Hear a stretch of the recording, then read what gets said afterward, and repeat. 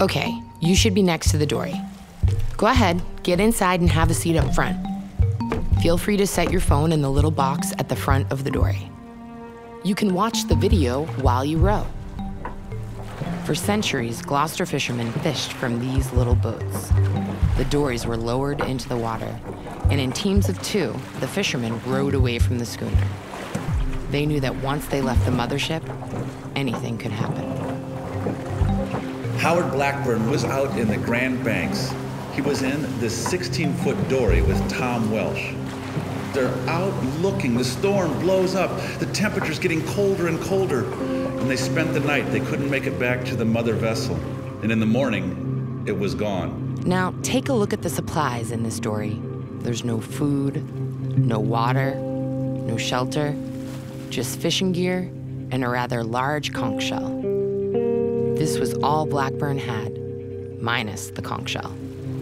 A good sounding foghorn will save your life. Pick up the foghorn and give it a try. Why don't you use some desperation? Give it some real fear. That way it'll be louder. But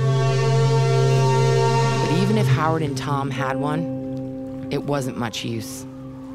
The sound would have been drowned out by the roar of the winter winds.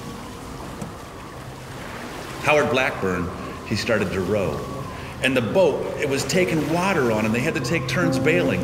And Howard took his wool mitts off and set them down in the water. And when Tom Welsh went to bail, the first thing he bailed out was those mitts. Tom looked up and said, "Howard, your hands, they're freezing up." And Howard looked down, and they were.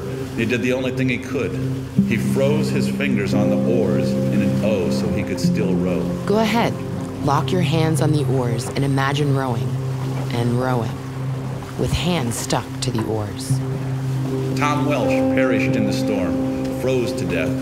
Howard Blackburn started rowing, and he would row, and one part of the oar would chunk against his hand, and it would knock off a piece of flesh the size of a 50-cent piece. It would just bleed up and freeze, and he kept rowing.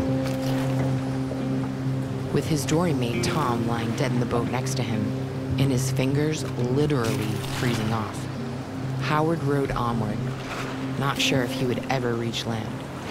Go to the next track to hear what happened next.